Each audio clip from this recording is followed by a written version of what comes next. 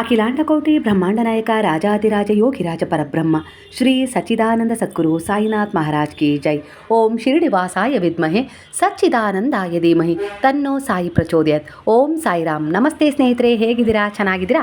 ಇವತ್ತಿನ ಸಾಯಿ ಸಂದೇಶದಲ್ಲಿ ಅಂದರೆ ಸಾಯಿ ಟ್ಯಾರೋ ರೀಡಿಂಗ್ ಮೂಲಕ ಬಾಬಾರು ನಿಮ್ಮ ಯಾವೆಲ್ಲ ಪ್ರಶ್ನೆಗಳಿಗೆ ಉತ್ತರವನ್ನು ಕೊಡ್ತಾ ಇದ್ದಾರೆ, ಹಾಗೆ ನಿಮ್ಮ ಜೀವನದಲ್ಲಿ ಯಾವೆಲ್ಲ ತಿರುವುಗಳನ್ನು ತರ್ತಾ ಇದ್ದಾರೆ, ಹಾಗೆ ನೀವು ಒಂದು ಹೊಸ ವಿಷಯಕ್ಕಾಗಿ ಏನು ನಿಮ್ಮ ಜೀವನದಲ್ಲಿ ಒಂದು ಬದಲಾವಣೆಯನ್ನು ಕಾಣಬೇಕು ಅಂತೇಳಿ ಬಹಳ ವರ್ಷಗಳಿಂದ ಒಂದು ಪರಿವರ್ತನೆಗಾಗಿ ಬಯಸ್ತಾ ಇದ್ದಾರಲ್ಲ, ಆ ಪರಿವರ್ತನೆ ನಿಮ್ಮ ಜೀವನದಲ್ಲಿ ಯಾವ ರೀತಿ ಒಂದು ಸಂತೋಷವನ್ನು ತರುತ್ತೆ, ನಿಮ್ಮ ಜೀವನದಲ್ಲಿರುವ ಕೆಲವು ಗೊಂದಲಗಳು ಯಾವ ರೀತಿ ಒಂದು ಪರಿಣಾಮಕಾರಿಯಾದ ರೀತಿಯಲ್ಲಿ ಅವು ಒಂದು ಒಳ್ಳೆಯ ವಿಷಯವಾಗಿ ಬದಲಾಗ್ತವೆ ಅನ್ನೋ ರೀತಿಯಲ್ಲಿ ಇವತ್ತಿನ ರೀಡಿಂಗ್ ಆಗಿರುತ್ತೆ. ಈ ಸಮಯದಲ್ಲಿ ದೈವ ಶಕ್ತಿಗಳನ್ನು ನಂಬಿ ನೀವು ನಡೀತಾ ಇದ್ದೀರಾ ಅಂದರೆ ನಿಮ್ಮ ಜೀವನದಲ್ಲಿ ಕೆಲವು ಕಠಿಣತೆಗಳು ಪರಿವರ್ತನೆಗಳಾಗಿ ಒಂದು ಒಳ್ಳೆಯ ಸರಳ ರೀತಿಯಲ್ಲಿ ಬದಲಾವಣೆಯನ್ನು ಕಾಣ್ತಾ ಇದ್ದೇವೆ. ಅಷ್ಟರ ಮಟ್ಟಿಗೆ ನಿಮ್ಮ ಜೀವನದಲ್ಲಿ ಒಂದು ರೀತಿಯ ನೆಮ್ಮದಿ ಈ ಸಮಯದಲ್ಲಿ ನಿಮ್ಮನ್ನು ಆವರಿಸಿದೆ. ಖಂಡಿತವಾಗಿಯೂ ಇದರ ಬಗ್ಗೆನೇ ಇವತ್ತಿನ ರೀಡಿಂಗಲ್ಲಿ ಬಾಬಾರವರು ನಿಮ್ಮ ಜೀವನದಲ್ಲಿರುವ ಕೆಲವು ಸಾಕಷ್ಟು ಸಂದೇಹಗಳಿಗೆ ಉತ್ತರ ಸಿಗುತ್ತೆ. ಹಾಗೆ ನಿಮ್ಮ ಜೀವನದಲ್ಲಿ ಬಾಬಾರವರಿಂದ ಈ ಸಮಯದಲ್ಲಿ ನೀವು ಯಾವ ಬ್ಲೆಸ್ಸಿಂಗನ್ನು ಬಯಸ್ತಾ ಇದ್ದಾರಲ್ಲ, ಆ ಬ್ಲೆಸ್ಸಿಂಗ್ ಕೂಡ ನಿಮಗೆ ಯಾವ ರೂಪದಲ್ಲಿ ಸಿಗುತ್ತೆ ಅನ್ನೋದು ಇವತ್ತಿನ ರೀಡಿಂಗಲ್ಲಿ ತಿಳಿತಾ ಹೋಗ್ರಿ. ಅಂದರೆ ಪರಿಪೂರ್ಣವಾದ ವಿಶ್ವಾಸವನ್ನು ಇಟ್ಟು ನೀವು ಈ ರೀಡಿಂಗ್ನ ನೋಡ್ತಾ ಹೋಗ್ತೀರಾ ಅಂದರೆ ಬಾಬಾರವರು ಈ ಸಂದೇಶದ ಮೂಲಕ, ಈ ರೀಡಿಂಗ್ ಮೂಲಕ ನಿಮ್ಮ ಸಂಪರ್ಕಕ್ಕೆ ನೇರವಾಗಿ ಬರ್ತಾರೆ, ನಿಮ್ಮ ಅನೇಕ ರೀತಿಯ ಪ್ರಶ್ನೆಗಳಿಗೆ ಉತ್ತರಿಸ್ತಾರೆ. ಸ್ನೇಹಿತರೆ, ಇದೊಂದು ಟೈಮ್ಲೆಸ್ ಜನರಲ್ ರೀಡಿಂಗ್ ಆಗಿರುತ್ತೆ, ಹಾಗೆ ಇದು ಕನೆಕ್ಟಿವ್ ಎನರ್ಜಿಯಲ್ಲಿರುತ್ತೆ. ನೀವು ಯಾವ ಸಮಯದಲ್ಲಿ ಬಾಬಾರವರಲ್ಲಿ ದೃಢವಾದ ವಿಶ್ವಾಸವನ್ನು ಇಟ್ಟು ಈ ರೀಡಿಂಗ್ನ ನೋಡ್ತಾ ಹೋಗ್ತಿರೋ, ಬಾಬಾರವರು ನೇರವಾಗಿ ಈ ರೀಡಿಂಗ್ ಮೂಲಕ ನಿಮ್ಮ ಸಂಪರ್ಕಕ್ಕೆ ಬರ್ತಾರೆ. ನಿಮ್ಮ ಅನೇಕ ರೀತಿಯ ಗೊಂದಲಗಳಿಗಾಗಿರ್ಬೋದು, ಪ್ರಶ್ನೆಗಳಿಗಾಗಿರ್ಬೋದು, ಅವರದ್ದೇ ಆದ ರೀತಿಯಲ್ಲಿ ಒಂದು ಚಮತ್ಕಾರದ ರೂಪದಲ್ಲಾಗಿರ್ಬೋದು, ಇಲ್ಲ ಒಂದು ಬದಲಾವಣೆಯ ರೂಪದಲ್ಲಾಗಿರ್ಬೋದು, ನೀವು ಬಯಸಿದ ರೀತಿಯಲ್ಲಾಗಿರ್ಬೋದು, ಒಂದು ವಿಶೇಷವಾದ ಸಂದೇಶದ ಮೂಲಕ ಅನೇಕ ರೀತಿಯ ಭರವಸೆಗಳನ್ನಾಗಿರ್ಬೋದು, ಬ್ಲೆಸ್ಸಿಂಗ್ಗಳನ್ನಾಗಿರ್ಬೋದು, ಕೆಲವು ಅವಕಾಶಗಳನ್ನಾಗಿರ್ಬೋದು, ಹೊಸ ಅಧ್ಯಾಯಗಳನ್ನಾಗಿರ್ಬೋದು ಶುರು ಮಾಡಿಸ್ತಾ ಇದ್ದಾರೆ ನಿಮ್ಮ ಜೀವನದಲ್ಲಿ. ನಿಮ್ಮ ವ್ಯಕ್ತಿತ್ವದಲ್ಲಿ ಕೆಲವೊಂದು ಸಾರಿ ಬದಲಾವಣೆ ಆಗೋದೇ ಒಂದು ಮಾನಸಿಕ ಖಿನ್ನತೆಯಿಂದ. ಅಂದರೆ ನೀವು ಅಂದ್ಕೊಂಡಿರೋ ಕೆಲಸ ಆಗ್ತಾ ಇಲ್ಲ ಅಂದರೆ ನಿಮ್ಮ ಜೀವನದಲ್ಲಿ ನೀವು ಏನು ಕನಸುಗಳನ್ನು ಕಂಡಿದ್ದೀರಲ್ಲ, ಅದರಲ್ಲಿ ಕೆಲವು ಕನಸುಗಳು ಈಡೇರಿಲ್ಲ. ಈ ಎಲ್ಲ ರೀತಿಯ ವಿಚಾರಗಳು ನಿಮ್ಮ ಮನಸ್ಸಲ್ಲಿ ಅನೇಕ ರೀತಿಯ ಒತ್ತಡಗಳಿಗೆ ನಿಮ್ಮನ್ನು ಗುರಿ ಮಾಡಿದೆ. ಹಾಗಾಗಿ ಕೆಲವೊಂದು ಸರಿ ಎಷ್ಟೇ ಭರವಸೆಯಿಂದ ನೀವು ಮುಂದೆ ಸಾಗಬೇಕು ಅಂದರೂ ಕೂಡ ಇದೇ ಒತ್ತಡಗಳು ನಿಮ್ಮನ್ನು ಮತ್ತೆ ಖಿನ್ನತೆಗೆ ಜಾರಿಸ್ತಾ ಇದೆ. ಅದೇ ರೀತಿ ಇಲ್ಲಿ ಬಾಬಾರವರ ಕಡೆಯಿಂದ ನಿಮಗೆ ಅದೇ ರೀತಿ ಸಂದೇಶ ಸಿಗ್ತಾ ಇದೆ ಇಲ್ಲಿ. ಅಂದರೆ ನಿಮ್ಮ ಜೀವನದಲ್ಲಿ ಒಂದು ಹೊಸ ಅಧ್ಯಾಯ ಶುರು ಆಗೋದಕ್ಕಿಂತ ಮೊದಲು ಕೆಲವು ಬದಲಾವಣೆಗಳು ಖಂಡಿತ ಆಗ್ತವೆ. ಆ ಬದಲಾವಣೆಗಳನ್ನು ನೀವು ಧೈರ್ಯವಾಗಿ ಎದುರಿಸಲೇಬೇಕಾಗತ್ತೆ. ಆಗಲೇ ನಿಮ್ಮ ಜೀವನ ಒಂದು ಹೊಸ ಅಧ್ಯಾಯದ ಕಡೆ ನಿಮ್ಮನ್ನು ಕರ್ಕೊಂಡು ಹೋಗೋಕ್ಕೆ ಸಾಧ್ಯವಾಗುತ್ತೆ. ಅಂದರೆ ಆ ಅಧ್ಯಾಯದಲ್ಲಿ ನಿಮ್ಮ ಪ್ರಕಾರ ನೀವೇನು ಬರ್ಕೊಳ್ಬೇಕು ಅಂತ ಇದ್ರೋ ಅದನ್ನು ಬರ್ಕೊಳ್ಳೋ ಕ್ಷಮತೆ ನಿಮ್ಮಲ್ಲಿ ಮೂಡಬೇಕು. ಅಂದರೆ ಹಿಂದೆ ಸ್ವಲ್ಪ ಕಠಿಣತೆಗಳನ್ನಾಗಿರ್ಬೋದು, ಇಲ್ಲ ಸಮಸ್ಯೆಗಳನ್ನಾಗಿರ್ಬೋದು, ಇಲ್ಲ ನಿಮ್ಮನ್ನು ನೀವು ಅರ್ಥ ಮಾಡ್ಕೊಳ್ಳೋದಾಗಿರ್ಬೋದು, ಕೆಲವು ಜನರಿಂದ ಪಾಠಗಳನ್ನಾಗಿರ್ಬೋದು ಕಲೀಲೇಬೇಕಾಗತ್ತೆ. ಯಾಕಂದರೆ ಅನುಭವ ಇಲ್ಲ ಅಂದರೆ ಕೆಲವು ವಿಚಾರಗಳಲ್ಲಿ ಜೀವನದಲ್ಲಿ ಒಂದು ಸಕ್ಷಮವಾದ ಒಂದು ಒಳ್ಳೆಯ ನಿರ್ಧಾರವನ್ನು ತಗೊಳ್ಳೋಕ್ಕೆ ಸಾಧ್ಯ ಆಗೋದಿಲ್ಲ. ಹಾಗಾಗಿ ಗುರುವಿನ ಶರಣದಲ್ಲಿದ್ದೀರಾ ಅಂದರೆ ಮೊದಲು ಶಿಕ್ಷಣ ಸಿಗುತ್ತೆ, ನಂತರ ಕೆಲವು ಪರೀಕ್ಷೆಗಳನ್ನು ಎದುರಿಸಬೇಕಾಗುತ್ತೆ, ನಂತರ ನಿಮ್ಮ ಜೀವನದಲ್ಲಿ ಎಲ್ಲ ರೀತಿಯಲ್ಲೂ ನೀವೇನು ಬಯಸಿದಿರಲ್ಲ ಆ ಎಲ್ಲ ರೀತಿಯ ಹೊಸ ಅಧ್ಯಾಯಗಳು ಶುರು ಆಗ್ತವೆ. ನನ್ನ ಮೇಲೆ ನಂಬಿಕೆ ಇಡಿ. ನಿಮ್ಮ ಜೀವನದಲ್ಲಿರುವ ಎಲ್ಲ ರೀತಿಯ ಒಂದು ಕಠಿಣತೆಗಳು ಏನಿರ್ತಾವಲ್ವ ಅವೆಲ್ಲವೂ ಒಂದು ಪರಿವರ್ತನೆಯ ಮೂಲಕ ಬದಲಾವಣೆ ಆಗುತ್ತೆ. ಅಂದರೆ ಕರ್ಮ ಮತ್ತು ಅದರ ಫಲ ಯಾವ ರೀತಿ ಇರುತ್ತೋ ಅದನ್ನು ನೀವು ಅನುಭವಿಸಲೇಬೇಕು. ಅಂದರೆ ಹಿಂದೆ ಯಾರಿಗಾದರೂ ನೋವು ಕೊಟ್ಟಿದ್ದಾಗಿರ್ಬೋದು, ಇಲ್ಲ ತಪ್ಪು ಮಾಡಿದ್ದಾಗಿರ್ಬೋದು, ಇಲ್ಲ ಕೆಟ್ಟ ಕರ್ಮದ ಮೂಲಕ ನೀವು ನಿಮ್ಮಲ್ಲಿ ಯಾವುದಾದ್ರು ಒಂದು ಬದಲಾವಣೆ ತಂದುಕೊಂಡಿದ್ದಾಗಿರ್ಬೋದು, ಅವೆಲ್ಲದರ ಫಲ ನಿಮ್ಮ ಜೊತೆಯೇ ಸಾಗ್ತಾ ಇದೆ. ಹಾಗೆ ಒಳ್ಳೆಯ ಸೇವೆ ಆಗಿರ್ಬೋದು, ಒಳ್ಳೆಯದನ್ನು ಬಯಸಿದ್ದಾಗಿರ್ಬೋದು, ಒಳ್ಳೆಯ ಪರಿವರ್ತನೆ ಬಯಸಿ ಒಳ್ಳೆಯ ಉದ್ದೇಶದ ಕರ್ಮಗಳನ್ನು ಮಾಡಿದ್ದಾಗಿರ್ಬೋದು, ಅವು ಕೂಡ ಈ ಸಮಯದಲ್ಲಿ ನಿಮ್ಮ ಜೊತೆಯೇ ಸಾಗ್ತಾ ಇದ್ದಾವೆ ಅನ್ನೋ ರೀತಿಯಲ್ಲಿ ಇಲ್ಲಿ ವಿಚಾರ ಬರ್ತದೆ. ಹಾಗೆ ಇಲ್ಲಿ ಯಾವುದೇ ಒಂದು ವಿಚಾರ ನಿಮ್ಮ ಜೊತೆ ಸಾಗ್ತಾ ಇದ್ರು ಅಂದರೆ ಒಳ್ಳೆಯದು ಸಾಗ್ತಾ ಇದೆಯಾ, ಅದಕ್ಕೆ ನಿಮಗೆ ಸರಿಯಾದ ದಾರಿ ಬಾಬಾರವರು ತೋರಿಸ್ತಾ ಹೋಗ್ತಾರೆ. ಹಂತ ಹಂತವಾಗಿ ಪರಿವರ್ತನೆ ತರ್ತಾ ಹೋಗ್ತಾರೆ. ಯಾಕಂದರೆ ಅವರು ನೇರವಾಗಿ ನಿಮ್ಮ ಸಂಪರ್ಕದಲ್ಲಿ ಈ ಸಮಯದಲ್ಲಿ ಇದ್ದಾರೆ ಅನ್ನೋ ರೀತಿಯಲ್ಲಿ ಇಲ್ಲಿ ವಿಚಾರ ರೆಸನೇಟ್ ಆಗ್ತದೆ.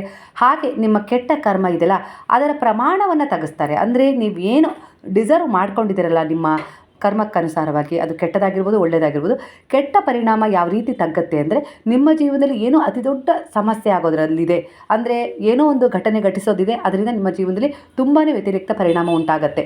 ಇದರಿಂದ ನಿಮಗೆ ತುಂಬ ನೋವು ಆಗ್ಬೋದು, ಇಲ್ಲ ಅಂದರೆ ನಿಮ್ಮ ಜೀವನದಲ್ಲಿ ಬಿದ್ದರೆ ಎದ್ದೇಳಕ್ಕಾಗದೇ ಇರುವಂತಹ ಪರಿಸ್ಥಿತಿಗಳು ಎದುರಾಗ್ಬೋದು. ಆದರೆ ಅದು ನಿಮ್ಮ ಇಲ್ಲ ನಿಮ್ಮವರ ಅನಾರೋಗ್ಯದ ವಿಚಾರದಲ್ಲಾಗಿರ್ಬೋದು, ಇಲ್ಲ ಯಾವುದೋ ಒಂದು ಜನರು ಕೊಡ್ತಾ ಇರುವ ವೇದನೆ ನೋವುಗಳಿಂದಾಗಿರ್ಬೋದು, ಕಿರಿಕಿರಿಯಿಂದಾಗಿರ್ಬೋದು, ಈ ರೀತಿ ವೇದನೆಗಳನ್ನು ನೀವು ಅನುಭವಿಸ್ತಾ ಇದ್ದಾರೆ ಈ ಸಮಯದಲ್ಲಿ. ಆದರೆ ಈ ರೀತಿಯ ಗೊಂದಲಗಳಿಗೆ ಒಂದು ಒಳ್ಳೆಯ ರೀತಿಯಲ್ಲಿ ಪರಿವರ್ತನೆಯನ್ನು ಬಾಬಾ ತುಂಬಿಸ್ತಾ ಇದ್ದಾರೆ. ಅಂದರೆ ಈ ಸಮಯದಲ್ಲಿ ನೀವು ಅವರ ಶರಣದಲ್ಲಿರೋದ್ರಿಂದ ಆ ವ್ಯತಿರಿಕ್ತ ಪರಿಸ್ಥಿತಿಗಳು ಬದಲಾಗಿ ಒಂದು ಸಣ್ಣ ಪ್ರಮಾಣದ ಪರಿಸ್ಥಿತಿಗಳಾಗಿ ಅವು ನಿಮ್ಮ ಜೀವನದಲ್ಲಿ ಒಂದು ಕ್ಷಣ ಬಂದು ಹಾಗೆ ಹೋಗ್ತವೆ, ಹಿಂದೆ ಸರಿತವೆ ಅನ್ನೋ ರೀತಿಯಲ್ಲಿ ಇಲ್ಲಿ ವಿಚಾರ ಬರ್ತಾ ಇದೆ. ಅಂದರೆ ನಿಮ್ಮ ಕರ್ಮಕ್ಕನುಸಾರವಾಗಿ ನೀವೇನು ಒಂದು ಕೆಟ್ಟದಾಗಿರ್ಬೋದು ಒಳ್ಳೆಯದಾಗಿರ್ಬೋದು ಡಿಸರ್ವ್ ಮಾಡಿಟ್ಕೊಂಡಿರ್ತೀರಲ್ಲ, ಅಂದರೆ ಒಳ್ಳೆಯದು ಡಿಸರ್ವ್ ಆದಾಗ ಏನಾಗಿರುತ್ತೆ ಅಂದರೆ ಅದನ್ನು ಪಡ್ಕೊಳ್ಳೋಕ್ಕೆ ಕೆಲವು ಅಡ್ಡಿ ಆತಂಕಗಳನ್ನು ನಿಮ್ಮಿಂದಲೇ ನೀವೇ ಸೃಷ್ಟಿ ಮಾಡ್ಕೊಂಡಿರ್ತಾರೆ. ಅಂತಹ ಅಡ್ಡಿ ಆತಂಕಗಳನ್ನು ನಿವಾರಣೆ ಮಾಡಿಕೊಂಡು ಆ ಭಾಗ್ಯವನ್ನು ನೀವು ಹೋಗಿ ಪಡ್ಕೊಳ್ಳೋಕ್ಕೆ ಎಲ್ಲ ರೀತಿಯಲ್ಲೂ ಬಾಬಾ ನಿಮಗೆ ದಾರಿ ತೋರಿಸ್ತಾ ಇದ್ದಾರೆ. ಹಾಗೆ ನಿಮ್ಮ ಕೆಟ್ಟ ಕರ್ಮದ ಅನುಸಾರವಾಗಿ ನಿಮ್ಮ ಹಿಂದೆ ಏನು ಕೆಟ್ಟದು ಅಂತ ಹೇಳಿ ಬೆನ್ನು ಹತ್ತಿದೆಯಲ್ಲ, ಅದನ್ನು ಕಳ್ಕೊಳ್ಳೋಕ್ಕೆ ನಿಮ್ಮ ನೆರಳಿನಂತೆ, ಅದನ್ನು ಕಳ್ಕೊಳ್ಳೋಕ್ಕೆ ನಿಮ್ಮ ನೆರಳಾಗಿ ನಿಂತು ನಿಮಗೆ ಸಪೋರ್ಟ್ ಮಾಡ್ತಾ ಇದ್ದಾರೆ ಎಲ್ಲ ರೀತಿಲೂ. ಅದನ್ನು ಯಾವ ರೀತಿ ಕಳ್ಕೊಳ್ಬೇಕು, ಯಾವ ರೀತಿ ನೀವು ಜೀವನದಲ್ಲಿ ಮುಂದೆ ಹೋಗಬೇಕು ಅನ್ನೋ ರೀತಿಲಿ ಈ ಸಮಯದಲ್ಲಿ ನಿಮಗೆ ನೇರವಾಗಿ ಸಂಪರ್ಕಕ್ಕೆ ಬಂದು ಒಂದು ಮಾರ್ಗದರ್ಶನವನ್ನು ನೀಡ್ತಾ ಇದ್ದಾರೆ ಅನ್ನೋ ರೀತಿಯಲ್ಲಿ ಇಲ್ಲಿ ವಿಚಾರ ಬರ್ತದೆ. ಹಾಗಾಗಿ ನಿಮ್ಮ ಜೀವನದಲ್ಲಿ ಬಹಳ ಬೇಗನೆ ಒಂದು ಹೊಸ ಅಧ್ಯಾಯ ಶುರು ಆಗ್ತದೆ. ಹಾಗೆ ಕೆಲವರ ವಿಚಾರದಲ್ಲಿ ಈ ಸಮಯದಲ್ಲಿ ನೀವು ಒಂದು ಹೊಸ ಅಧ್ಯಾಯದೊಂದಿಗೆ ಒಂದು ಹೊಸ ತಿರುವನ್ನು ಪಡ್ಕೊಂಡಿದ್ದೀರಾ, ಅದರಲ್ಲಿ ನೀವು ಖುಷಿಯಾಗಿ ಮುಂದೆ ಸಾಗ್ತಾ ಇದ್ದೀರಾ ಅನ್ನೋ ರೀತಿಯಲ್ಲಿ ಇಲ್ಲಿ ವಿಚಾರ ಬರ್ತದೆ. ಹಾಗಾಗಿ ಹಣದ ವಿಷಯದಲ್ಲಾಗಿರ್ಬೋದು, ಇಲ್ಲ ಅನಾರೋಗ್ಯದ ವಿಷಯದಲ್ಲಾಗಿರ್ಬೋದು ತುಂಬಾ ಗೊಂದಲ ಇತ್ತಲ್ಲ, ಅವು ದೂರವಾಗ್ತವೆ, ಉತ್ತಮವಾದ ಬದಲಾವಣೆಗಳು ಬರ್ತವೆ ನಿಮ್ಮಡೆಗೆ ಅನ್ನೋ ರೀತಿಯಲ್ಲಿ ಬಾಬಾ ಹೇಳ್ತಾರೆ. ಹಾಗೆ ಹೊಸದೊಂದು ಸಂಬಂಧಕ್ಕೆ ಒಂದು ಅವಕಾಶ ಇದೆ ನಿಮಗೆ. ನಿಮ್ಮ ಜೀವನದಲ್ಲಿ ನೀವು ನಂಬಿರುವ ಒಂದು ದಿವ್ಯ ಶಕ್ತಿಗಳು ಏನಿದಾವಲ್ವ, ನಿಮ್ಮ ಜೊತೆಯಲ್ಲಿರೋದ್ರಿಂದ ಅನಾರೋಗ್ಯದ ಸಮಸ್ಯೆ ದೂರವಾಗ್ತದೆ. ಹಾಗೆ ಆರ್ಥಿಕ ಸಮಸ್ಯೆಗಳು ಬಹಳ ಬೇಗನೆ ಸುಧಾರಿಸ್ತವೆ. ನೀವು ಯಾವ ಸಾಲವನ್ನು ತೀರಿಸಬೇಕು ಅಂಥೇಳಿ ಒಂದು ಅಂದ್ಕೊಳ್ತಾ ಇದ್ದೀರಾ, ಮನಸ್ಸಲ್ಲಿ ಒಂದು ಯೋಜನೆ ಹಾಕ್ತಾ ಇದ್ದಾರಲ್ಲ, ಖಂಡಿತ ಅದಕ್ಕೆ ನಿಮ್ಮ ಯೋಜನೆಯ ಪ್ರಕಾರ ಒಂದು ಪರಿಹಾರದ ದಾರಿ ಕಂಡು ಬರುತ್ತೆ ಆದಷ್ಟು ಬೇಗನೆ ಅಂಥೇಳಿ ಬಾಬಾ ನಿಮಗೆ ಬ್ಲೆಸ್ಸಿಂಗ್ ಮಾಡ್ತಿದ್ದಾರೆ. ಈಗಾಗಲೇ ನಿಮ್ಮ ಬದುಕಿಗೆ ಸರಿಯಾದ ಬದಲಾವಣೆಯ ಸಮಯವನ್ನು ಹಾಗೂ ಸರಿಯಾದ ವ್ಯಕ್ತಿಗಳನ್ನು ತರುವ ಕೆಲಸ ಬಾಬಾ ಮಾಡ್ತಾ ಇದ್ದಾರೆ. ಈ ಸಮಯದಲ್ಲಿ ಕೆಲವು ಸಮಸ್ಯೆಗಳನ್ನು ಎದುರಿಸ್ತಾ ಇದ್ದೀರಾ, ಕೆಲವು ಜನರು ನಿಮಗೆ ಅನೇಕ ರೀತಿಯ ತೊಂದರೆಗಳನ್ನು ಕೊಡ್ತಾ ಇದ್ದಾರೆ, ಜೀವನದಲ್ಲಿ ಕೆಲವು ಆರ್ಥಿಕ ಸಮಸ್ಯೆಗಳನ್ನು ಎದುರಿಸ್ತಾ ಇದ್ದಾರೆ, ಕಠೋರತೆಗಳನ್ನು ಎದುರಿಸ್ತಾ ಇದ್ದಾರೆ. ಅಂದರೆ ಆ ಎಲ್ಲ ವಿಚಾರಗಳು ನಿಮ್ಮನ್ನು ಸೋಲಿಸಲು ಅಲ್ಲ, ನಿಮ್ಮನ್ನು ಇನ್ನಷ್ಟು ಶಕ್ತಿಶಾಲಿಯಾಗಿಸಲು ಬಂದಿವೆ. ಅಂದರೆ ನೀವು ಅವುಗಳ ವಿರುದ್ಧ ಹೋರಾಡಬೇಕು, ಇಲ್ಲ ಕೆಲವು ಪಾಠಗಳನ್ನು ಕಲಿಬೇಕು, ಪರಿವರ್ತನೆಗಳನ್ನು ತಂದುಕೊಳ್ಬೇಕು. ಯಾಕಂದರೆ ಅವು ನಿಮ್ಮ ಕರ್ಮದ ಫಲವೇ ಆಗಿದ್ದಾವೆ. ಆ ಕರ್ಮದ ಫಲವನ್ನು ನಾನು ತಿಳಿಯಾಗಿಸ್ತಾ ಇದ್ದೀನಿ, ಅಂದರೆ ಶುದ್ಧವಾಗಿಸ್ತಾ ಇದ್ದೀನಿ. ಖಂಡಿತ ಆ ಎಲ್ಲ ಕರ್ಮಗಳು ಒಳ್ಳೆಯ ಕರ್ಮಗಳ ಫಲವಾಗಿ ನಿಮ್ಮ ಜೀವನದಲ್ಲಿ ಆ ಎಲ್ಲ ಸಮಸ್ಯೆಗಳನ್ನು ನೀವು ಹೊರ ಬರಲಿಕ್ಕೆ ಎಲ್ಲ ರೀತಿಯಲ್ಲೂ ನಿಮಗೆ ಸಹಾಯ ಮಾಡುತ್ತೆ. ಅಂದರೆ ನಾನು ನಿಮ್ಮ ನೆರಳಿನಂತೆ ನಿಮ್ಮನ್ನು ರಕ್ಷಣೆ ಮಾಡ್ತಾ ಇದ್ದೀನಿ. ಯಾವುದೇ ಕಾರಣಕ್ಕೂ ಅಂತ್ಯವಿಲ್ಲದ ಕಷ್ಟ ಅಂತ ಏನಿಲ್ಲ, ನಂಬಿಕೆಯಿಂದ ಇರು, ನಿನ್ನ ಗೆಲುವು ನಿನ್ನ ಜೊತೆಯೇ ಸಾಗತ್ತೆ ಅನ್ನೋ ರೀತಿಯಲ್ಲಿ ಬಾಬಾ ನಿಮಗೆ ಹೇಳ್ತಾ ಇದ್ದಾರೆ. ಹಾಗಾಗಿ ಈ ಸಮಯದಲ್ಲಿ ನಿಮ್ಮ ಬದುಕಿನಲ್ಲಿ ಎಂಥ ನೋವು ಬಂದಿದೆ, ಕಷ್ಟ ಎದುರಾಗಿದೆ, ಇಲ್ಲ ಅನಾರೋಗ್ಯದ ಸಮಸ್ಯೆ ಉಂಟಾಗಿದೆ ಅಂದರೆ ಆ ಎಲ್ಲ ನೋವುಗಳ ಭಾರವನ್ನು ನನ್ನ ಪಾದಗಳಲ್ಲಿಟ್ಟು ಶರಣಾಗು. ಯಾವ ರೀತಿಯ ದೃಢವಾದ ವಿಶ್ವಾಸದಿಂದ ಶರಣಾಗ್ತಿರೋ ಅದೇ ರೀತಿಯ ಬದಲಾವಣೆಯ ಆಶೀರ್ವಾದದ ಫಲಗಳನ್ನು ನಿಮ್ಮ ಜೀವನದಲ್ಲಿ ನೀವು ತುಂಬಿಸ್ಕೊಳ್ಳೋಕ್ಕೆ ಸಹಾಯ ಸಿಗುತ್ತೆ ನನ್ನಿಂದ ಅನ್ನೋ ರೀತಿಯಲ್ಲಿ ಬಾಬಾ ನಿಮಗೆ ಒಂದು ಬ್ಲೆಸ್ಸಿಂಗನ್ನು ನೀಡ್ತಾ ಇದ್ದಾರೆ. ಆದರೂ ಇಲ್ಲಿ ಕೆಲವರ ದುರಭ್ಯಾಸಗಳಿಂದ ಕೆಲವರ ಮನಸ್ಥಿತಿ ಬಹಳನೇ ಒಂದು ನೊಂದಿದೆ ಅನ್ನೋ ರೀತಿಯಲ್ಲಿ ಇಲ್ಲಿ ವಿಚಾರ ಬರ್ತದೆ. ಹಾಗಾಗಿ ಬಾಬಾರವರಲ್ಲಿ ಒಂದು ದೃಢವಾದ ವಿಶ್ವಾಸ ಇಟ್ಟು ಪ್ರಾರ್ಥನೆಯನ್ನು ಮಾಡ್ತಾ ಇದ್ದಾರೆ, ಅವರು ಬದಲಾಗಬೇಕು, ನಮ್ಮದು ಕೂಡ ಒಂದು ಒಳ್ಳೆಯ ಜೀವನ ಆಗಬೇಕು, ನಾವು ಕೂಡ ಒಂದು ಜೀವನದಲ್ಲಿ ತಿರುವನ್ನು ತಗೊಂಡು ಮುಂದೆ ಹೋಗಬೇಕು ಅನ್ನುವ ನಿಮ್ಮ ಆಸೆಯನ್ನು ಆ ಗುರುವಿನ ಪಾದಗಳಲ್ಲಿ ಶರಣಾಗಿಸಿದ್ದೀರಾ. ಪ್ರಾಮಾಣಿಕ ಪ್ರಯತ್ನವನ್ನು ಮಾಡ್ತಾ ಇದ್ದೀರಾ. ಅಂದರೆ ಒಬ್ಬ ಗೃಹಿಣಿಯಾಗಿರ್ಬೋದು, ಇಲ್ಲ ಯಾವುದೇ ರೀತಿಯಲ್ಲಿ ಒಂದು ಪರಿವರ್ತನೆ ಬೇಕು ಇನ್ನೊಬ್ಬರ ಮೂಲಕ ಅಂತೇಳಿ ಯಾವುದೇ ವಿಚಾರದಲ್ಲಿ ನೀವು ಬಯಸ್ತಾ ಇದ್ದೀರಾ ಅಂದರೆ ಈ ಸಂದರ್ಭದಲ್ಲಿ ಖಂಡಿತವಾಗಿಯೂ ನಿಮ್ಮ ಮ್ಯಾನಿಫೆಸ್ಟೇಷನ್ ಏನಿದೆಯಲ್ಲ ಅದು ಬಹಳವಾದ ಒಂದು ದೃಢ ವಿಶ್ವಾಸವನ್ನು ಹೊಂದಿದೆ. ಹಾಗಾಗಿ ಈ ಸಮಯದಲ್ಲಿ ನಿಮ್ಮ ಜೀವನದಲ್ಲಿ ಅದ್ಭುತವಾದ ಒಂದು ತಿರುವು ಉಂಟಾಗುತ್ತೆ. ಯಾವ ರೀತಿ ಅಂಥೇಳಿ ನೀವು ನಿರೀಕ್ಷಣೆ ಮಾಡಿರೋದಿಲ್ಲ, ಹೀಗಾಗತ್ತೆ ಅಂತೇಳಿ ನೀವು ಅಂದ್ಕೊಂಡೇ ಇರೋದಿಲ್ಲ. ಆ ರೀತಿ ಸಡನ್ ಬದಲಾವಣೆ ಬರುತ್ತೆ. ನೀವು ಬಯಸ್ತಾ ಇರುವ, ಎದುರು ನೋಡುತ್ತಿರುವ ವ್ಯಕ್ತಿಯ ವಿಚಾರದಲ್ಲಿ ಅನ್ನೋ ರೀತಿಯಲ್ಲಿ ಬಾಬಾ ನಿಮಗೆ ಒಂದು ಮೆಸೇಜನ್ನು ಕೊಡ್ತಾ ಇದೆ. ಇದಕ್ಕೋಸ್ಕರ ನೀವು ಅನೇಕ ರೀತಿಯ ಸೇವೆಗಳನ್ನು ಮಾಡ್ತಾ ಇದ್ದೀರಲ್ಲ, ಒಂದು ದಾನ ಧರ್ಮದ ಸೇವೆ ಆಗಿರ್ಬೋದು, ಪ್ರಾಣಿ ಪಕ್ಷಿಗಳಿಗೆ ಸೇವೆ ಆಗಿರ್ಬೋದು, ಇಲ್ಲ ನಿಸ್ಸಹಾಯಕರ ಸೇವೆ ಆಗಿರ್ಬೋದು, ಕೈಲಾದ ಮಟ್ಟಿಗೆ ಇನ್ನೊಬ್ಬರಿಗೆ ಒಳ್ಳೆಯದಾಗಲಿ ಅಂತೇಳಿ ಬಯಸೋ ಸೇವೆ ಆಗಿರ್ಬೋದು, ಈ ಎಲ್ಲದೂ ನಿಮ್ಮ ಜೀವನದಲ್ಲಿರುವ ಕೆಲವು ದೋಷಗಳನ್ನು ಈ ಸಮಯದಲ್ಲಿ ನಿವಾರಣೆ ಮಾಡ್ತಾ ಇದೆ. ನಿಮ್ಮ ವ್ಯಕ್ತಿತ್ವವನ್ನು ಒಂದು ಪ್ರಬಲ ಸ್ಥಾನಮಾನ ಕೊಟ್ಟು ಅದು ಭದ್ರಗೊಳಿಸ್ತಾ ಇದೆ ಅನ್ನೋ ರೀತಿಯಲ್ಲಿ ಇಲ್ಲಿ ವಿಚಾರ ಬರ್ತದೆ. ಹಾಗಾಗಿ ಕೆಲವರ ವಿಚಾರವನ್ನು ನೀವು ನಿರ್ಲಕ್ಷ್ಯ ಮಾಡಿದ್ದೀರಾ, ಇಲ್ಲ ಅಂತಲ್ಲ, ಅದರಿಂದ ತೊಂದರೆಗೆ ಈಡಾಗಿದ್ದೀರಾ. ಅದೇ ತಾಯಿಯ ಬುದ್ಧಿ ಮಾತಲ್ಲಾಗಿರ್ಬೋದು, ಇಲ್ಲ ನಿಮ್ಮವರು ಅಂತ ಹೇಳಿ ಯಾರು ನಿಮ್ಮನ್ನು ತುಂಬ ಕಾಳಜಿ ಮಾಡ್ತಾರೋ, ಪ್ರೀತಿ ಮಾಡ್ತಾರೋ ಅವರು ನಿಮಗೆ ಒಂದು ವಿಚಾರದಲ್ಲಿ ಬುದ್ಧಿ ಹೇಳಿದರು, ಅದನ್ನು ನಿರ್ಲಕ್ಷ್ಯ ಮಾಡಿ ಮುಂದೆ ಹೋಗಿದ್ರಿ, ಅದರಿಂದ ತುಂಬಾ ತೊಂದರೆ ಅನುಭವಿಸಿದ್ರಿ. ಈಗ ನಿಮಗೆ ಪಶ್ಚಾತ್ತಾಪ ಅನ್ನೋದು ಕಾಡ್ತಾ ಇದೆ. ಖಂಡಿತ ಪಶ್ಚಾತ್ತಾಪಕ್ಕಿಂತ ಬೇರೊಂದು ಕ್ಷಮೆ ಇಲ್ಲ ಅಂತಾರೆ. ಹಾಗಾಗಿ ನಿಮ್ಮ ಜೀವನದಲ್ಲಿ ಇರುವ ಕೆಲವು ಸಮಸ್ಯೆಗಳಿಂದ ನೀವು ಮುಕ್ತಿಯನ್ನು ಪಡ್ಕೊಳ್ತೀರಾ ಅನ್ನೋ ರೀತಿಯಲ್ಲಿ ಬಾಬಾ ನಿಮಗೆ ಒಂದು ಗೈಡೆನ್ಸನ್ನು ಕೊಡ್ತಿದ್ದಾರೆ. ಹಾಗೆ ಕೆಲವು ವಿಚಾರಗಳಲ್ಲಿ ಅಂದರೆ ನೀವು ಯೋಚಿಸುತ್ತಿರುವ ವ್ಯಕ್ತಿಯ ಬಗ್ಗೆ, ಅಂದರೆ ನೀವು ಅವರು ತುಂಬ ವಂಚನೆ ಮಾಡಿಬಿಟ್ರು, ಇಲ್ಲ ನನ್ನ ಜೀವನದಲ್ಲಿ ನಂಗೆ ಮೋಸ ಆಗಿಬಿಡ್ತು ಅಂತೇಳಿ ನೀವೇನು ಚಿಂತೆ ಮಾಡ್ತಿದ್ದಾರಲ್ಲ, ಆ ವ್ಯಕ್ತಿಯು ಕೂಡ ನಿಮ್ಮ ಬಗ್ಗೆ ಈಗ ಒಂದು ಪರಿವರ್ತನೆಯ ಮನೋಭಾವದಿಂದ ನೋಡ್ತಾ ಇದ್ದಾರೆ. ಅಂದರೆ ನಾನು ಮಾಡಿದ್ದು ತಪ್ಪಾಯ್ತಾ, ಇಲ್ಲ ಒಂದು ನೊಂದ ಹೆಣ್ಣಿನ ಶಾಪ ನನಗೆ ಮುಂದೆ ಕಾಡುತ್ತಾ, ಈ ರೀತಿಯಾಗಿ ಅವರು ಪರಿವರ್ತನೆ ಮಾಡುವಂಥ ಹಂತದಲ್ಲಿ ನಿಂತಿದ್ದಾರೆ. ಅಲ್ಲಿಗೆ ನಿಮ್ಮ ಪ್ರಾರ್ಥನೆ ಬಹಳ ದೃಢವಾಗಿತ್ತು. ಹಾಗೆ ನಿಮ್ಮ ಒಂದು ಕಣ್ಣೀರಿದೆಯಲ್ಲ, ಅದು ಅವರಲ್ಲಿ ಒಂದು ಪರಿವರ್ತನೆ ತರ್ತಾ ಇದೆ. ಅಂದರೆ ಒಂದು ಶುದ್ಧವಾದ ಮನಸ್ಸಿನ ಒಂದು ಪ್ರಾರ್ಥನೆ ಇರುತ್ತಲ್ಲ, ಅದು ಯಾವತ್ತೂ ಕೂಡ ನಿಷ್ಪ್ರಯೋಜಕವಾಗೋದಿಲ್ಲ ಅನ್ನೋದು ನಿಮ್ಮ ವಿಚಾರದಲ್ಲಿ ಸತ್ಯವಾಗ್ತಾ ಇದೆ. ಹಾಗಾಗಿ ನಿಮಗೆ ಮೋಸ ಮಾಡಿದ ವ್ಯಕ್ತಿ ಆಗಿರ್ಬೋದು, ವಂಚನೆ ಮಾಡಿದ ವ್ಯಕ್ತಿ ಆಗಿರ್ಬೋದು, ನಿಮ್ಮ ಪ್ರೀತಿಯನ್ನು ತಿರಸ್ಕಾರ ಮಾಡಿದ ವ್ಯಕ್ತಿ ಆಗಿರ್ಬೋದು, ನಿಮ್ಮನ್ನು ಅರ್ಥ ಮಾಡ್ಕೊಳ್ಳದೆ ಇರುವ ವ್ಯಕ್ತಿ ಆಗಿರ್ಬೋದು, ನಿಮ್ಮ ಜೀವನದಲ್ಲಿ ಮರಳಿ ಬರಬೇಕು ಅಂತೇಳಿ ಈ ಸಮಯದಲ್ಲಿ ಒಂದು ತೀರ್ಮಾನ ಮಾಡ್ತಿದ್ದಾರೆ. ಅಂದರೆ ನಿಮ್ಮ ಮ್ಯಾನಿಫೆಸ್ಟೇಷನ್ ಯಾವ ರೀತಿ ಇದೆಯೋ ಅದಕ್ಕೆ ಅವರು ಪ್ರತಿಸ್ಪಂದಿಸ್ತಾ ಇದ್ದಾರೆ ಅನ್ನೋ ರೀತಿಯಲ್ಲಿ ಇಲ್ಲಿ ವಿಚಾರ ಬರ್ತಾ ಇದೆ. ಹಾಗಾಗಿ ಕೆಲವರು ಇಲ್ಲಿ ನಿರಾಸೆ ಆಗೋದು ಬೇಡ. ಅಂದರೆ ನನ್ನ ಜೀವನ ಸರಿಯಾಗುತ್ತೋ ಇಲ್ಲೋ, ನನ್ನ ಸಂಬಂಧಗಳಲ್ಲಿ ಪರಿವರ್ತನೆ ಸಿಗುತ್ತೋ ಇಲ್ಲೋ, ನಾನು ಇಷ್ಟು ವರ್ಷಗಳಿಂದ ಕಾದಿದ್ದೀನಿ, ಎಲ್ಲ ರೀತಿಲೂ ಒಂದು ಪ್ರಯತ್ನ ಪಟ್ಟಿದ್ದೀನಿ ಅಂತೇಳಿ ಏನು ನಿರಾಸೆಗೊಂಡಿದ್ದೀರಲ್ಲ, ಆ ನಿರಾಸೆನ ಸಕಾರಾತ್ಮಕವಾಗಿ ಒಂದು ಆಸೆಯಾಗಿ ಪರಿವರ್ತನೆ ಮಾಡಿಕೊಂಡು ಒಂದು ಮ್ಯಾನಿಫೆಸ್ಟೇಷನ್ ಮಾಡಿ. 8-9ನೇ ತಾರೀಕು ಒಂದು ವಿಶೇಷವಾದ ಒಂದು ಪೋರ್ಟಲ್ ಓಪನ್ ಆಗುತ್ತೆ. ಅಂದರೆ ಸಿಂಹದ್ವಾರ ತೆರೆಯುತ್ತೆ. ಆ ಸಿಂಹದ್ವಾರದ ಮೂಲಕ ನಿಮ್ಮ ಒಂದು ಪ್ರಾರ್ಥನೆ ಭಗವಂತನಿಗೆ ನೇರವಾಗಿ ತಲುಪುತ್ತೆ. ಅಂದರೆ ಶುದ್ಧವಾದ ಮನಸ್ಸಿನ ಒಂದು ಆರಾಧನೆ ಇದೆಯಲ್ಲ, ಅದಕ್ಕೆ ಅದರದ್ದೇ ಆದ ಫಲ ಖಂಡಿತವಾಗಿಯೂ ನಿಮಗೆ ಸಿಗುತ್ತೆ ಅನ್ನೋ ರೀತಿಯಲ್ಲಿ ಇಲ್ಲಿ ಬಾಬಾರವರು ಬ್ಲೆಸ್ಸಿಂಗ್ ಕೊಡ್ತಿದ್ದಾರೆ. ಹಾಗಾಗಿ ಒಂದು ಪ್ರಾರ್ಥನೆ ಮಾಡಿ ದೃಢವಾದ ವಿಶ್ವಾಸದೊಂದಿಗೆ. ಈ ಹುಣ್ಣಿಮೆ ದಿನ ನೀವು ಮಾಡುವ ಪ್ರಾರ್ಥನೆ ಖಂಡಿತವಾಗಿ ನೇರವಾಗಿ ಪ್ರಕೃತಿಯ ಕಡೆಗೆ ಸ್ಪಂದಿಸುತ್ತೆ. ಅಂದರೆ ಬ್ರಹ್ಮಾಂಡಕ್ಕೆ ಸ್ಪಂದಿಸುತ್ತೆ. ಅವರು ನೇರವಾಗಿ ನಿಮ್ಮ ಗುರುವಿನ ಮೂಲಕ ನಿಮ್ಮ ಸಂಪರ್ಕಕ್ಕೆ ಬರ್ತಾರೆ. ದೈವಶಕ್ತಿಗಳ ಮೂಲಕ ನಿಮ್ಮ ಸಂಪರ್ಕಕ್ಕೆ ಬಂದು ನಿಮ್ಮ ಇಚ್ಛೆ ಪೂರ್ಣಗೊಳ್ಳುತ್ತೆ. ಬಹುದಿನಗಳ ನಿಮ್ಮ ಕನಸಿಗೆ ಒಂದು ಪರಿವರ್ತನೆ ಸಿಗುತ್ತೆ.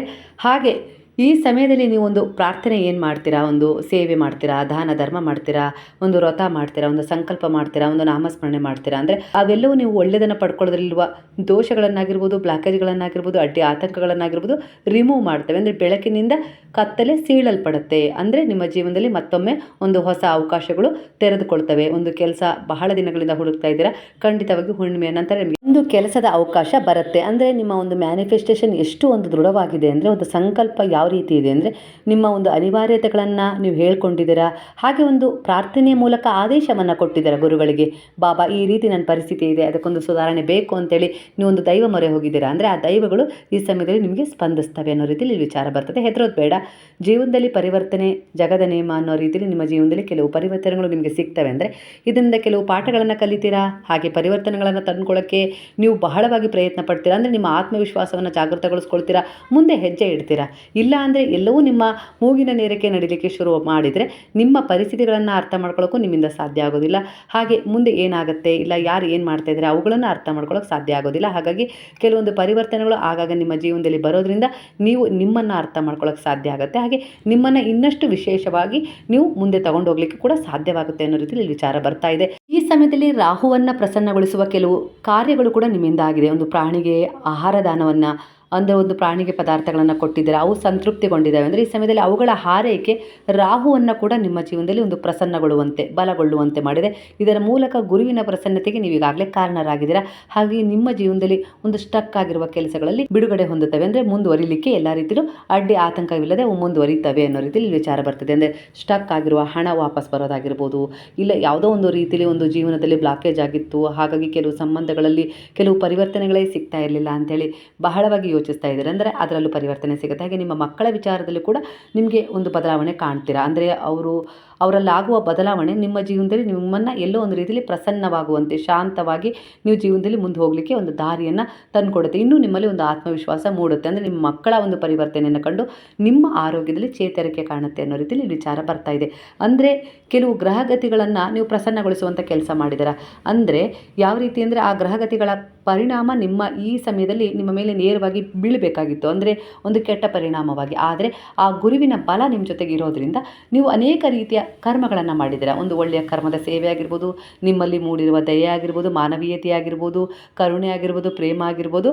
ಆ ಗ್ರಹಗಳು ನಿಮಗೆ ಏನು ಒಂದು ಕಾಡಾಟ ಕೊಡಬೇಕು ಅಂತ ಇದ್ವಲ್ಲ, ಅವು ಕೂಡ ತಮ್ಮ ಕಾಡಾಟದ ಒಂದು ತೀವ್ರತೆಯನ್ನು ಕಡಿಮೆಗೊಳಿಸಿ ನಿಮ್ಮ ಜೀವನದಲ್ಲಿ ಕ್ಷಣಕಾಲ ನೋವು ಕೊಟ್ಟರು ಒಂದು ಉಳಿದ ಕ್ಷಣಗಳಲ್ಲಿ ನಿಮ್ಮ ಜೀವನದಲ್ಲಿ ನೀವು ಬಯಸಿದ್ದನ್ನು ಕೊಡಲಿಕ್ಕೆ ಎಲ್ಲ ರೀತಿಯಲ್ಲೂ ತಯಾರಿ ಮಾಡಿವೆ. ಅಂದರೆ ಎಲ್ಲ ರೀತಿಯಲ್ಲೂ ಇಲ್ಲಿ ನೀವು ಬದಲಾವಣೆಯನ್ನು ತಂದುಕೊಳ್ಬೋದು.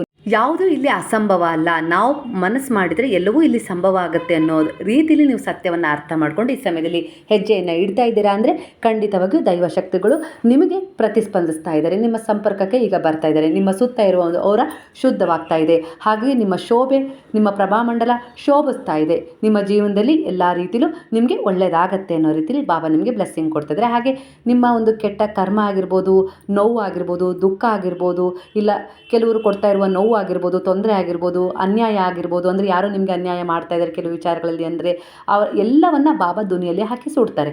ನಿಮಗೆ ಆ ವಿಚಾರಗಳಿಂದ, ಆ ವ್ಯಕ್ತಿಯಿಂದ ಮುಕ್ತಿ ಕೊಡ್ತಾರೆ. ಹಾಗೆ ನೀವು ಜೀವನದಲ್ಲಿ ಒಂದು ಹೊಸ ಅಧ್ಯಾಯವನ್ನು ತೆರೆದುಕೊಂಡು ಅದರಲ್ಲಿ ನಿಮಗೆ ಬೇಕಾದ ರೀತಿಯಲ್ಲಿ ಒಂದು ಮಾನವೀಯತೆ, ಕರುಣೆ, ಪ್ರೇಮ, ದಯೆಯನ್ನು ತುಂಬಿಸಿ ಒಂದು ಒಳ್ಳೆಯ ಸೇವೆಯ ಮೂಲಕ ಆ ಅಧ್ಯಾಯವನ್ನು ತುಂಬಿಕೊಳ್ತೀರಾ. ಅದರಿಂದ ಏನಾಗುತ್ತೆ ಅಂದರೆ ನಿಮ್ಮ ಜೀವನದಲ್ಲಿ ನೀವು ಅಂದ್ಕೊಂಡಿದ್ದೆಲ್ಲವೂ ನಿಮ್ಮ ಕಡೆ ಆಕರ್ಷಣೆ ಆಗುತ್ತೆ. ಹಾಗೆ ಬಾಬಾ ನೇರವಾಗಿ ನಾನು ನಿಮ್ಮ ಸಂಪರ್ಕಕ್ಕೆ ಆಗಾಗ ಬರ್ತಾನೆ ಇರ್ತೀನಿ ಅನ್ನೋ ರೀತಿಯಲ್ಲಿ ಬಾಬಾ ಹೇಳ್ತಾ ಇದ್ದಾರೆ. ನೀವು ನಾಮಸ್ಮರಣೆ ಮಾಡ್ತೀರಿ ಅಂದರೆ ನಾಮಸ್ಮರಣೆ ಇದೆಯಲ್ಲ, ಅದರ ಒಂದು ಅನುಭವ ಇದೆಯಲ್ಲ, ಅದನ್ನು ಅರ್ಥ ಮಾಡ್ಕೊಂಡವ್ರಿಗಷ್ಟೇ ಅದು ಗೊತ್ತಾಗುತ್ತೆ. ಯಾಕಂದರೆ ಅದು ಹೊರಗಡೆ ಕಾಣಿಸೋದಿಲ್ಲ ಅದರ ಪ್ರಭಾವ, ಫಲ.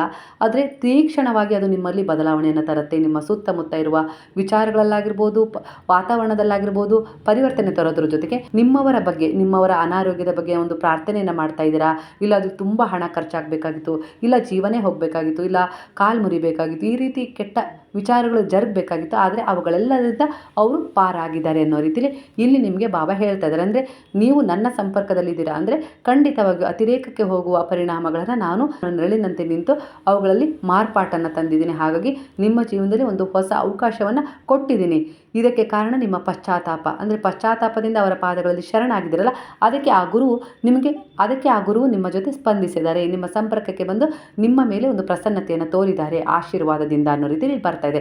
ಅಂದರೆ ಯಾವುದೋ ಒಂದು ಪುಣ್ಯ ನಿಮ್ಮ ಜೊತೆ ಇರುತ್ತೆ, ಆದರೆ ಅದರಲ್ಲಿ ಬ್ಲಾಕೇಜ್ ಇರೋದ್ರಿಂದ ಕೆಲವೊಂದು ಸಾರಿ ಆ ಪುಣ್ಯ ನಿಮಗೆ ಸಮಯಕ್ಕೆ ಸರಿಯಾಗಿ ಸಿಗ್ತಾ ಇರೋದಿಲ್ಲ. ಆದರೆ ಗುರುವಿನ ಮಾರ್ಗದರ್ಶನದಲ್ಲಿ ನೀವು ಇರೋದ್ರಿಂದ ಈ ಸಮಯದಲ್ಲಿ ಆ ಪುಣ್ಯದಲ್ಲಿರುವ ಬ್ಲಾಕೇಜ್ಗಳು ರಿಮೂವ್ ಆಗಿ ಆ ಪುಣ್ಯ ನಿಮಗೆ ನೇರವಾಗಿ ಸಿಗುವ ಹಾಗೆ, ಸಕಾಲಕ್ಕೆ ಅದು ಬಂದು ನಿಮಗೆ ಸಿಗುವ ಹಾಗೆ ಮಾಡ್ತಾ ಇದ್ದಾರೆ. ಅಂದರೆ ಒಳ್ಳೆಯ ಕರ್ಮದ ಉದ್ದೇಶದಿಂದ ಕೆಲವು ಪುಣ್ಯವನ್ನು ನೀವು ಸಂಪಾದನೆ ಮಾಡಿ ಇಟ್ಕೊಂಡಿದ್ದೀರ. ಆದರೆ ಕೆಲವರ ದೃಷ್ಟಿಯಿಂದ ಆಗಿರ್ಬೋದು, ನಿಮ್ಮ ನೆಗೆಟಿವ್ ವಿಚಾರಗಳಿಂದ ಆಗಿರ್ಬೋದು, ಈಗಿನ ಒಂದು ದುಃಖ, ಮಾನಸಿಕ ವೇದನೆ, ಅನಾರೋಗ್ಯದ ಸಮಸ್ಯೆ, ಇಲ್ಲ ಆರ್ಥಿಕ ಪರಿಸ್ಥಿತಿಗಳಾಗಿರ್ಬೋದು, ಇಲ್ಲ ಯಾವುದೋ ಒಂದು ರೀತಿಯಲ್ಲಿ ಸಂಬಂಧಗಳಲ್ಲಿ ಬಿರುಕು ಮೂಡೋದಾಗಿರ್ಬೋದು, ನಿಮ್ಮ ಅರ್ಥ ಮಾಡ್ಕೊಳ್ಳದೆ ನಿಮ್ಮನ್ನು ಒಂದು ರೀತಿಯಲ್ಲಿ ಹೀಯಾಳಿಸೋದಾಗಿರ್ಬೋದು, ಇವೆಲ್ಲದರಿಂದ ನೀವು ಮನನೊಂದು ನಿಮ್ಮ ಕಡೆ ಒಂದು ಒಳ್ಳೆಯದನ್ನು ಆಕರ್ಷಣೆ ಮಾಡ್ಕೊಳ್ಳೋಕ್ಕೆ, ಅಂದರೆ ನೀವೇ ಸಂಪಾದನೆ ಮಾಡಿರುವ ಪುಣ್ಯದ ಬುತ್ತಿಯನ್ನು ತಿನ್ನಲಿಕ್ಕೆ ಅರ್ಹತೆಯನ್ನು ಪಡ್ಕೊಂಡಿರೋದಿಲ್ಲ. ಅಂಥ ಅರ್ಹತೆಯನ್ನು ನಿಮಗೆ ಕೊಟ್ಟು ಸಕ್ಷಮರಾಗಿಸ್ತಾ ಇದ್ದಾರೆ ಗುರುವು. ಹಾಗಾಗಿ ಈ ಸಮಯದಲ್ಲಿ ನೀವು ಅಂದ್ಕೊಂಡಿರೋದು ಎಲ್ಲವೂ ನಡೆಯುತ್ತೆ. ಮ್ಯಾನಿಫೆಸ್ಟೇಷನ್ ಮಾಡಿ. 8ನೇ ತಾರೀಕು ಅದ್ಭುತವಾಗಿದೆ, 9ನೇ ತಾರೀಕು ಕೂಡ ಅದ್ಭುತವಾಗಿದೆ. ಎರಡೂ ಸಂಖ್ಯೆಗಳು ನಿಮ್ಮ ಜೀವನದಲ್ಲಿ ಒಂದು ಹೊಸ ಅಧ್ಯಾಯವನ್ನು ಸೃಷ್ಟಿ ಮಾಡ್ತವೆ. ನಂಬಿಕೆ ಇಟ್ಟು ನೀವು ಯಾವುದೇ ವಿಚಾರದ ಬಗ್ಗೆ ಒಂದು ಮ್ಯಾನಿಫೆಸ್ಟೇಷನ್ ಮಾಡಬೇಕು. ಈ ಮಂತ್ರವನ್ನು, ಇಲ್ಲಿ ಕೊಡ್ತಾ ಇರುವ ಹೀಲಿಂಗ್ ಮಂತ್ರವನ್ನು ಈ 2 ದಿನಗಳ ಕಾಲ ಸತತವಾಗಿ ನೀವು ಪಠಿಸಿದರೆ ಖಂಡಿತವಾಗಿಯೂ ನಿಮ್ಮ ಇಚ್ಛೆಗಳು ಕೈಗೂಡುತ್ತವೆ. ಇದು ನಿಮ್ಮ ಕನಸುಗಳಲ್ಲಿ, ನಿಮ್ಮ ಈಡೇರಿಕೆಗಳಲ್ಲಿ, ಬೇಡಿಕೆಗಳಲ್ಲಿ ಇರುವ ಒಂದು ನಕಾರಾತ್ಮಕತೆಯನ್ನಾಗಿರ್ಬೋದು, ದೋಷಗಳನ್ನಾಗಿರ್ಬೋದು ಹೀಲ್ ಮಾಡುತ್ತೆ. ನಿಮ್ಮ ಸಂಪರ್ಕಕ್ಕೆ ಗುರುವು ನೇರವಾಗಿ ಬಂದು ನಿಮ್ಮ ಜೀವನದಲ್ಲಿ ಎಲ್ಲ ರೀತಿಯಲ್ಲೂ ಒಂದು ಒಳ್ಳೆಯದನ್ನು ತುಂಬಿಸ್ತಾರೆ, ನಿಮ್ಮನ್ನು ಆಶೀರ್ವದಿಸ್ತಾರೆ, ಹರಿಸ್ತಾರೆ. ಹಾಗೆ ನಿಮ್ಮ ಜೀವನದಲ್ಲಿ ಕೆಲವು ಬದಲಾವಣೆಗಳನ್ನು ತರ್ತಾರೆ. ಮಂತ್ರ ಸ್ಕ್ರೀನ್ ಮೇಲೆ ಬರುತ್ತೆ ನೋಡಿ. ಮಂತ್ರ ಹೀಗಿದೆ: ಓಂ ಸಾಯಿ ಭಗವತೇ ನಮಃ, ಓಂ ಸಾಯಿ ಭಗವತೇ ನಮಃ, ಓಂ ಸಾಯಿ ಭಗವತೇ ನಮಃ ಅಂತೇಳಿ ನೀವು ಎಷ್ಟು ಸಾರಿ ಆಗುತ್ತೋ ಅಷ್ಟು ಬೆಳಗ್ಗೆಯಿಂದ ಸಂಜೆವರೆಗೂ, ರಾತ್ರಿ ಮಲಗೋದಕ್ಕಿಂತ ಮೊದಲು, ಬೆಳಗ್ಗೆ ಎದ್ದ ತಕ್ಷಣ 2 ದಿನಗಳಲ್ಲಿ, 8 ಮತ್ತು 9 ದಿನಗಳಲ್ಲಿ ನೀವು ಎಷ್ಟು ಸಾರಿನಾದರೂ ಇದನ್ನು ಪಠಿಸಬೇಕು. ಅಷ್ಟೇ ನಿಮ್ಮ ಜೀವನದಲ್ಲಿ ಒಂದು ಸಕಾರಾತ್ಮಕ ಎನರ್ಜಿ ನಿಮ್ಮನ್ನು ಕಾಪಾಡುತ್ತೆ. ನಿಮ್ಮಲ್ಲಿ ಒಂದು ಮಾನಸಿಕ ಒತ್ತಡ ಉಂಟಾಗೋದಿಲ್ಲ, ನಕಾರಾತ್ಮಕತೆ ಉಂಟಾಗೋದಿಲ್ಲ. ಯಾಕಂದರೆ ಚಂದ್ರ ಮನಸ್ಸುಕಾರಕ, ಹಾಗೆ ತಾಯಿಕಾರಕ ಗ್ರಹ ಆಗಿರೋದ್ರಿಂದ ನಿಮ್ಮ ಜೀವನದಲ್ಲಿ ಕೆಲವು ಏರಿಳಿತಗಳು ತಡೀತವೆ. ಅಂದರೆ ಮಕ್ಕಳ ಮತ್ತು ನಿಮ್ಮ ಮಧ್ಯೆ ಇರುವ ಬಿರುಸುಗಳಾಗಿರ್ಬೋದು, ವೈಮನಸ್ಸುಗಳಾಗಿರ್ಬೋದು, ಇಲ್ಲ ಯಾವುದೋ ಒಂದು ಉದ್ದೇಶದಲ್ಲಿ ಮನಸ್ತಾಪ ಉಂಟಾಗಿದೆ ಅಂದರೆ ಆ ಎಲ್ಲದರಲ್ಲೂ ನಿಮಗೆ ಬದಲಾವಣೆ ಸಿಗುತ್ತೆ, ಚೇತರಿಕೆ ಕಾಣುತ್ತೆ, ಪರಿವರ್ತನೆ ಆಗ್ತಾರೆ. ನಿಮ್ಮ ಮಕ್ಕಳು ನಿಮ್ಮನ್ನು ಅರ್ಥ ಮಾಡ್ಕೊಳ್ತಾರೆ, ನಿಮ್ಮ ಜೊತೆ ಪ್ರತಿಸ್ಪಂದಿಸ್ತಾರೆ. ಹಾಗೆ ನೀವು ಮಾಡಿದ್ದೆಲ್ಲ ಅವರ ಶ್ರೇಯಸ್ಸಿಗೆ ಅಂತೇಳಿ ಒಂದು ವಾಸ್ತವ ಸತ್ಯವನ್ನು ಅರ್ಥ ಮಾಡಿಕೊಂಡು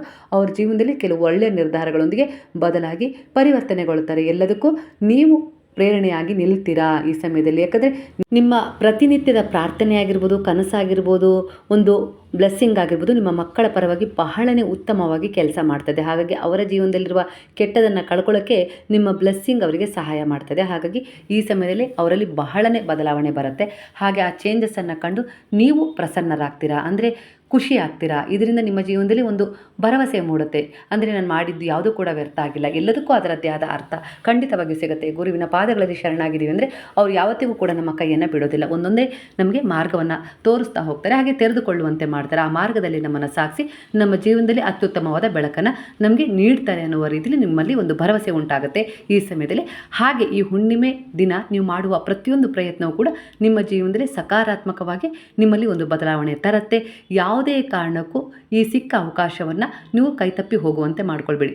ಕೊನೆ ಪಕ್ಷ ನಿಮ್ಮಿಂದ ಏನೂ ಮಾಡೋಕ್ಕಾಗೋದಿಲ್ಲ ಅಂದರೆ ಈ ನಾಮಸ್ಮರಣೆಯನ್ನು ಮಾಡಿ. ಅಂದರೆ ಡೇಟ್ ಆಗಿದ್ದೀನಿ, ಪೂಜೆ ಮಾಡಲಿಕ್ಕೆ ಆಗ್ತಾ ಇಲ್ಲ ಅಂದರೂ ಕೂಡ ನೀವು ಒಂದು ಕಡೆ ಸ್ನಾನ ಮಾಡಿ ಕುಳಿತು ಸಮಯ ಸಿಕ್ಕಾಗ ಈ ಒಂದು ಹೀಲಿಂಗ್ ಮಂತ್ರವನ್ನು ಪಠಿಸಿ. ಓಂ ಸಾಯಿ ಭಗವತೇ ನಮಃ ಅನ್ನುವ ಹೀಲಿಂಗ್ ಮಂತ್ರವನ್ನು ಎಷ್ಟು ಸಾರಿ ಆಗುತ್ತೋ ಅಷ್ಟು ಸಾರಿ ಪಠಿಸಿ. ಇದರಿಂದ ನಿಮ್ಮ ಮನಸ್ಸು ಶಾಂತವಾಗುತ್ತೆ, ಚಂಚಲತೆ ದೂರವಾಗುತ್ತೆ, ಮನಸ್ಸಿನಲ್ಲಿರುವ ಒತ್ತಡ ನಿವಾರಣೆ ಆಗುತ್ತೆ, ಅನಾರೋಗ್ಯದ ಸಮಸ್ಯೆ ದೂರ ಆಗುತ್ತೆ, ದೇಹದಲ್ಲಿರುವ ಸುಸ್ತು ಆಯಾಸ ಎಲ್ಲವೂ ನಿವಾರಣೆ ಆಗುತ್ತೆ, ಒಂದು ಚೈತನ್ಯ ಮೂಡುತ್ತೆ, ಹೊಸ ಸಕಾರಾತ್ಮಕ ಊರ್ಜೆಗಳು ನಿಮ್ಮ ದೇಹವನ್ನು ಪ್ರವೇಶ ಮಾಡೋದ್ರ ಜೊತೆಗೆ ನಿಮ್ಮ ಮನೆಯನ್ನು ಸಕಾರಾತ್ಮಕವಾಗಿಸುತ್ತೆ, ಮನೆಯಲ್ಲಿ ಶಾಂತಿ ನೆಲೆಯಾಗುವಂತೆ ಮಾಡುತ್ತೆ, ನಿಮ್ಮ ಮಕ್ಕಳಲ್ಲಿ ಒಂದು ಶಾಂತಿ ನೆಲೆಯಾಗುತ್ತೆ. ಅಂದರೆ ನಿಮಗೆ ಅವರು ಯಾವುದೋ ಒಂದು ರೀತಿಯಲ್ಲಿ ಪ್ರತಿಸ್ಪಂದಿಸ್ತಾರೆ, ಈ ಸಮಯದಲ್ಲಿ ನಿಮಗೆ ಸಹಾಯ ಮಾಡ್ತಾರೆ, ಅಂದರೆ ನಿಮ್ಮ ಮನಸ್ಥಿತಿಗೆ ತಕ್ಕ ಹಾಗೆ ಪ್ರತಿಸ್ಪಂದಿಸ್ತಾರೆ ಅನ್ನೋ ರೀತಿಯಲ್ಲಿ ವಿಚಾರ ರೆಸನೇಟ್ ಆಗ್ತದೆ. ಹಾಗಾಗಿ ಯಾವುದಕ್ಕೂ ಹೆದರೋದು ಬೇಡ.